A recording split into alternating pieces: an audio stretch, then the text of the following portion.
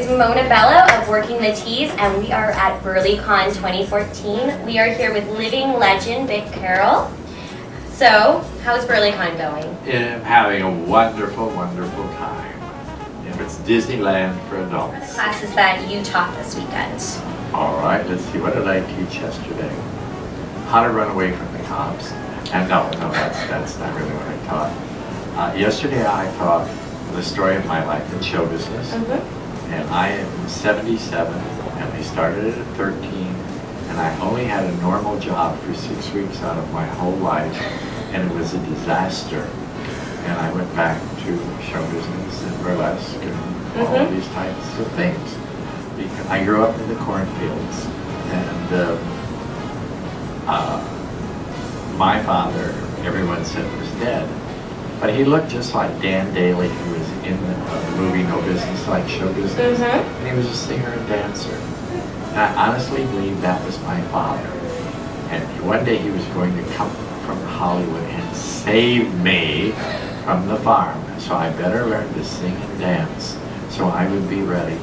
And I would go to see the MGM musicals every Sunday, and I would practice everything they did in the movie.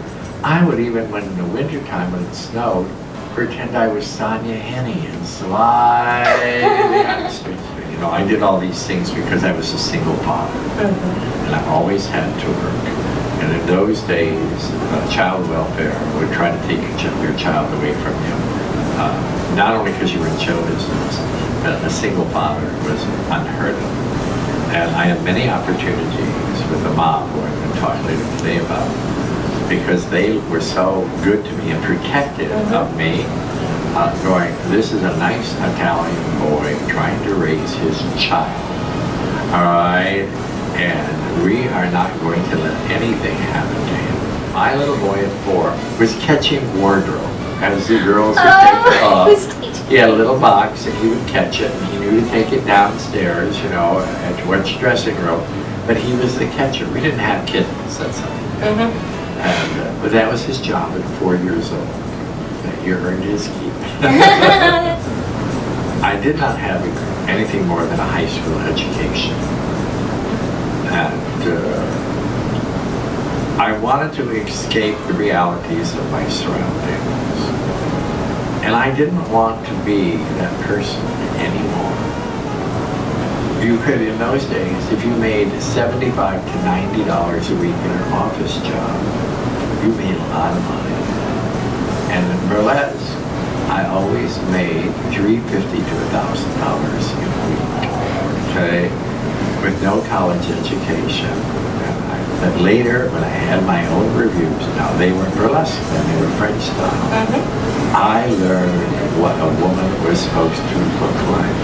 Not your illusion, but what men wanted to see and what women would admire.